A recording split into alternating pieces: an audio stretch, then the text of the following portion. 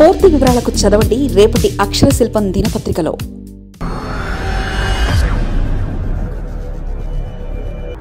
ఆ పంచాయతీ ఇక తేలదట. నదీ జలాల పంపిణీపై తెలుగు రాష్ట్రాలకి ఆంధ్ర తెలంగాణల మధ్య తొలగని ప్రతిష్టంభన.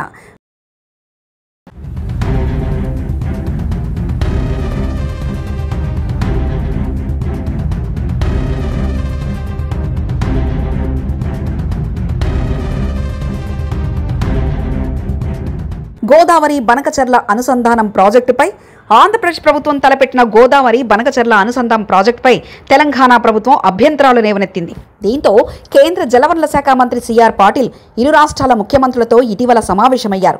రెండు తెలుగు రాష్ట్రాల మధ్య నదీ జలాల పంపిణీపై తలెత్తిన వివాదాల నేపథ్యంలో జూలై 16వ తేదీన కేంద్ర జలవనరుల శాఖ మంత్రి సిఆర్ పాటిల్ తెలంగాణ, ఆంధ్రప్రదేశ్ ముఖ్యమంత్రులతో సమావేశం ఏర్పాటు చేశారు. ఈ సమావేశం మీద రెండు రాష్ట్రాలు పెద్ద ఎత్తున ఆశలు పెంచుకున్నాయి. కానీ సమావేశంలో అసలు విషయం మాత్రం చర్చకే రాలేదు. కీలకమైన వివాదాలను చర్చించి ఓ అవగాహనకు రావడానికి బదులుగా రెండు రాష్ట్రాలు ప్రతిపాదించిన పెడిరంగ్ ప్రాజెక్టుల గురించి రెండు రాష్ట్రాలకు చెందిన ఇంజనీర్లతో ఏర్పాటు చేసిన కమిటీ చర్చించి 30 రోజుల్లోగా ఓ అవగాహనకు రావాలని కేంద్రం సర్ది చెప్పింది. ఈ సమావేశం తర్వాత కేంద్ర జలశక్తి మంత్రిత్వ శాఖ రెండు తెలుగు రాష్ట్రాల్లోని నీటిపారుదల శాఖకు చెందిన ఇంజనీర్లను ఎంపిక చేసి ఓ కమిటీని ఏర్పాటు చేయనుంది. జూన్ 19వ తేదీన ఢిల్లీ పర్యటనలో భాగంగా కేంద్ర జలవనరుల శాఖ మంత్రిని కలిసిన తెలంగాణ ముఖ్యమంత్రి రేవంత్ రెడ్డి ఆంధ్రప్రదేశ్ ప్రభుత్వం నిర్మించి తలపెట్టిన గోదావరి బనకచెర్ల ప్రాజెక్టుపై అభ్యంతరాలు లేవనెత్తారు. కేంద్ర ప్రభుత్వం ఈ ప్రాజెక్టుకు జాతీయ ప్రాజెక్టు హోదా కూడా ప్రకటించింది. పోలవరం నుంచి కృష్ణా బేసిన్ గుండా నీటిని పెన్నా బేసిన్ కు పంపే లక్ష్యంతో ఆంధ్రప్రదేశ్ ప్రభుత్వం ఈ ప్రాజెక్టును ప్రతిపాదించింది. తద్వారా నిరంతరం కరువు పీడిత ప్రాంతంగా ఉన్న రాయలసీమకు సాగునీరు అందించాలని ఈ ప్రాజెక్టు ప్రకటిత లక్ష్యం. కేంద్ర ప్రభుత్వం ఈ ప్రాజెక్టును అనుమతిస్తే గోదావరి నది జలాల్లో తెలంగాణకు దక్కాల్సిన గణనీయమైన వాటాను రాష్ట్రం కోల్పోయే ప్రమాదం ఉందని రేవంత్ రెడ్డి లేవనెత్తిన అభ్యంతరం. ఆంధ్రప్రదేశ్ ప్రతిపాదించిన ప్రాజెక్టులను కేంద్రం సత్వరమే అనుమతిస్తుందని, తెలంగాణ ప్రాజెక్టు ప్రతిపాదన విషయంలో కేంద్రం కాలయాపన చేస్తుందని రేవంత్ రెడ్డి అసంతృప్తి వ్యక్తం చేశారు. చంద్రబాబు నాయకత్వంలోని తెలుగుదేశం, కేంద్రంలోని అధికారంలో ఉన్న బీజేపీ నేతృత్వంలోని ఎన్డీఏలో భాగస్వామి కావడమే తెలంగాణ పట్ల వివక్ష ప్రదర్శించడానికి కారణమవుతుందని రేవంత్ రెడ్డి ఆరోపించారు. ఈ నేపథ్యంలో కేంద్ర మంత్రి ఇరువురు ముఖ్యమంత్రులతో సమావేశం ఏర్పాటు చేసి వివాదాన్ని పరిష్కరిస్తామని హామీ ఇచ్చారు. జూలై 16వ తేదీ సమావేశం గురించి కేంద్రం నుంచి వర్తమానం అందగానే ముఖ్యమంత్రి రేవంత్ రెడ్డి జూలై 15వ తేదీ హైదరాబాద్లో అఖిలపక్ష సమావేశం ఏర్పాటు చేసి ఈ విషయాన్ని చర్చించారు. గోదావరి బనకచెర్ల ప్రాజెక్టును అడ్డుకోవడానికి రాష్ట్ర ప్రభుత్వం అన్ని రకాల చర్యలు తీసుకోవాలని అఖిలపక్ష సమావేశం తీర్మానించింది. మరోవైపు కేంద్రం నుంచి వర్తమానం అందుతున్న ఆంధ్రప్రదేశ్ కూడా ఈ సమావేశంలో కేవలం వివాదాస్పద బనకచెర్ల ప్రాజెక్టు ఒకటే ఎజెండాగా ఉండాలని కోరుతూ లేఖ రాసింది. అయితే ఈ ప్రాజెక్టుకు కేంద్రం, జలసంఘం, కృష్ణా గోదావరి రివర్ మేనేజ్మెంట్ బోర్డులు, రాష్ట్ర పునర్వ్యవస్థీకరణ చట్టం ద్వారా ఏర్పాటైన ఎపెక్స్ కౌన్సిల్లు ఈ ప్రాజెక్టు ఆమోదం తెలపనందున ఈ ప్రాజెక్టుపై చర్చకే అవకాశం లేదని తెలంగాణ ప్రభుత్వం అభ్యంతరం వ్యక్తం చేసింది. ఇదిలా ఉండగా కేంద్ర అటవీ పర్యావరణ శాఖ కూడా బనకచెర్ల ప్రాజెక్టు గురించి రాష్ట్ర ప్రభుత్వం సమర్పించిన ఫ్రీ ఫిజిబిలిటీ నివేదికను తిరస్కరించింది. రివర్ బేసిన్లోని ఇతర రాష్ట్రాల అనుమతి, జల పంపిణీల మార్పుల విషయంలో ఈ ప్రాజెక్టు 1980 నాటి గోదావరి నది జలాల ఒప్పందాన్ని, 2014 నాటి ఆంధ్రప్రదేశ్ పునర్వ్యవస్థీకరణ చట్టం నిబంధనలను ఉల్లంఘిస్తుంది. కేంద్ర ప్రభుత్వానికి తెలంగాణ రాష్ట్ర ప్రధాన కార్యదర్శి కె రామకృష్ణారావు రాసిన లేఖలో 200 టీఎంసీల వరద నీటిని మళ్లించేందుకు ఆంధ్రప్రదేశ్ ప్రభుత్వం ఏకపక్షంగా నిర్ణయం తీసుకుందని, ఫలితంగా మొత్తం పోలవరం ప్రాజెక్టు రూపురేఖలే మారిపోవడంతో పాటు గోదావరి నీటిలో తెలంగాణకు దక్కాల్సిన వాటా కూడా దక్కకుండా పోయే ప్రమాదం ఉందని అభ్యంతరం వ్యక్తం చేశారు.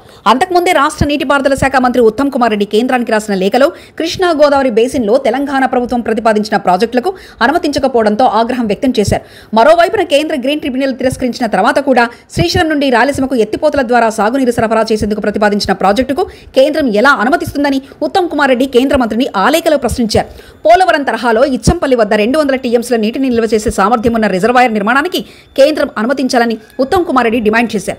ఆంధ్రప్రదేశ్ ప్రభుత్వం ప్రతిపాదించిన బనకచెర్ల ప్రాజెక్టుపై రాజకీయ పార్టీలు అభ్యంతరాలు వ్యక్తం చేయడమే కాకుండా పౌర సమాజం కూడా తీవ్రంగా వ్యతిరేకించింది. ఆంధ్రప్రదేశ్ ప్రభుత్వం అసలు నీళ్లే లేనప్పుడు వరద నీరు తరలింపు కోసం లక్షల కోట్ల రూపాయల విలువైన ప్రాజెక్టును ప్రతిపాదించడం ఏమిటని పౌర సమాజం, జలవనరుల నిపుణులు ప్రశ్నిస్తున్నారు. ఆంధ్రప్రదేశ్ ప్రభుత్వం ప్రతిపాదిస్తున్న 200 టీఎంసీల వరద నీటి లభ్యత 40 ఏళ్లలో వచ్చే వరదల నుంచి లభ్యమయ్యే నీరే తప్ప ఇప్పటికిప్పుడు అందుబాటులో ఉండే నికర వరద నీరు కాదని నిపుణులు స్పష్టం చేస్తున్నారు.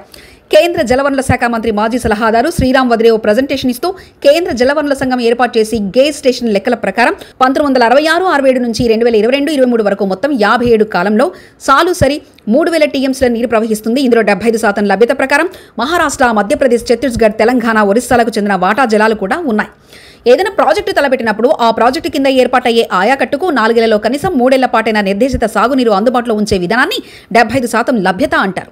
ఈ అంచనా ప్రకారం 2018 నుంచి 2023 మధ్య కాలంలో గోదావరిలో మిగులు జలాలు అందుబాటులో ఉండే ప్రశ్నే లేదని శ్రీరామ్ అంటున్నారు.